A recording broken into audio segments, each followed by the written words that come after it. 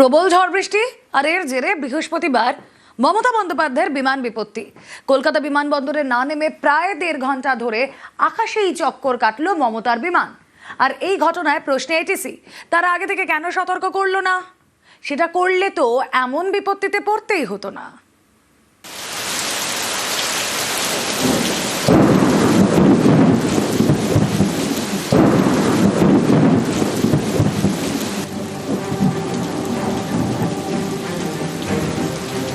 প্রবল দুর্যোগ, ঝড় বৃষ্টি, শিলাবৃষ্টি এর জেরে বৃহস্পতিবার বিকেলে নির্দিষ্ট সময়ে কলকাতায় নামতে পারল না মমতা বন্দ্যোপাধ্যায়ের বিমান।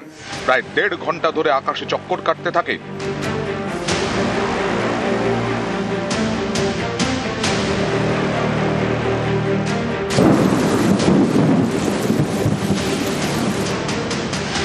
এটিসি এয়ার ট্রাফিক কন্ট্রোল বিমানের ওঠানামা থেকে যাবতীয় সমস্যা সবকিছুই নজর রাখে এটিসি। বিমানে কোনো সমস্যা হলে পাইলটরাও সরাসরি যোগাযোগ করেন এটিসির সঙ্গে।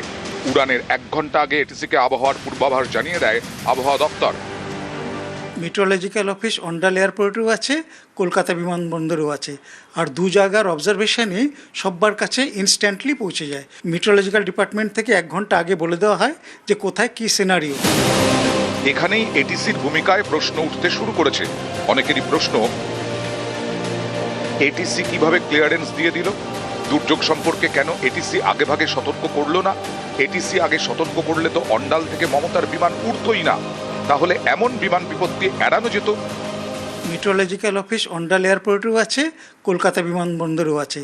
আর 2 জায়গার অবজারভেশনই সব্বার কাছে ইনস্ট্যান্টলি পৌঁছে যায়। মেট্রোলজিক্যাল ডিপার্টমেন্ট থেকে 1 ঘন্টা আগে বলে দেওয়া হয় যে কোথায় কী সিনারিও এবং কলকাতায় কী হতে চলেছে। সুতরাং থান্ডারস্টর্ম যদি একবার বলে দেওয়া হয় তখন কিন্তু সবাই অ্যালার্ট হয়ে যায় যে এর নানা রকম বিপত্তি আছে। তো এই বিপত্তিটা পাইলটরাও জানেন, এটিসি যেটাকে বলে এয়ার ট্রাফিক কন্ট্রোলার এনারাও জানেন।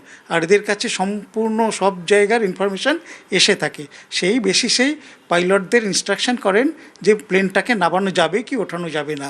সেক্ষেত্রে আমার মনে হয় কোনো একটা মিসকমিউনিকেশন হয়েছে যে 3 জন পার্টি বললাম, একটা হচ্ছে ইন্ডিয়া মেট্রোলজিক্যাল ডিপার্টমেন্ট, 2 নম্বর হচ্ছে এয়ার ট্রাফিক কন্ট্রোলার, আর 3 নম্বর হচ্ছে পাইলট। এই 3-এর কোনো এক জায়গায় হয়তো মিসকমিউনিকেশন হয়েছে।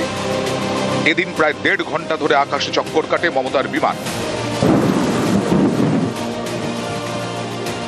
কখনো কলকাতা বিমানবন্দরের আকাশসীমায় চক্কর,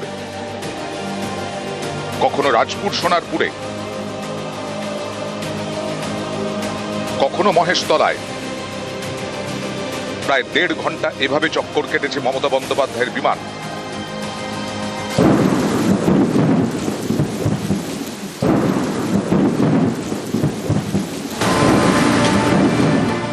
পশ্চিম বর্ধমানের অন্ডাল থেকে কলকাতা বিমানবন্দরের দূরত্ব আকাশপথে 30 মিনিট।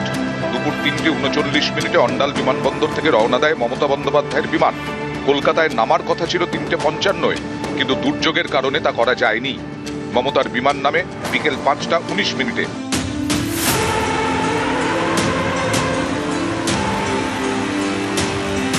প্রায় 1.5 ঘন্টা আকাশে চক্কর কাটার পর এদিন মমতা বন্দ্যোপাধ্যায়ের বিমানে অতিরিক্ত 2 ঘন্টার জ্বালানি মজুদ ছিল। হওয়াটা খুবই স্বাভাবিক। যদি কখনো হঠাৎ বৃষ্টি আসে বা ল্যান্ডিং পসিবল না হয় তাহলে এয়ারক্রাফটকে আমরা ডেফিনেটলি সেই ব্যাড ওয়েদার সিচুয়েশনটা আসতে দিই। ওখানে অপেক্ষা করা হয় বৃষ্টিটা কমে গেলে, তারপরে যখন ওয়েদার কন্ট্রোলের মধ্যে আসে ততক্ষণে আমরা ওখানে এসে ল্যান্ড করি। এটা নর্মাল স্ট্যান্ডার্ড প্রোটোকল থাকে, এর জন্য আলাদা রিজার্ভ থাকে, ফিউল থাকে। আর যদি তার মধ্যে দেখা যায় যে বৃষ্টি কমছে না বা রানওয়ে কন্ডিশন সুটেবল নয় তাহলে অন্য জায়গাতে ডাইভার্ট করতে হয়। প্রায় 1.5 ঘন্টা চক্কর, তারপর মমতার বিমান নামে কলকাতা বিমানবন্দরে। অনেকেরই দাবি এটিসি আগে থেকে দুর্যোগের সতর্ক বার্তা দিলে এমন বিপত্তি এড়ানো যেত। নিউজ 18 বাংলা।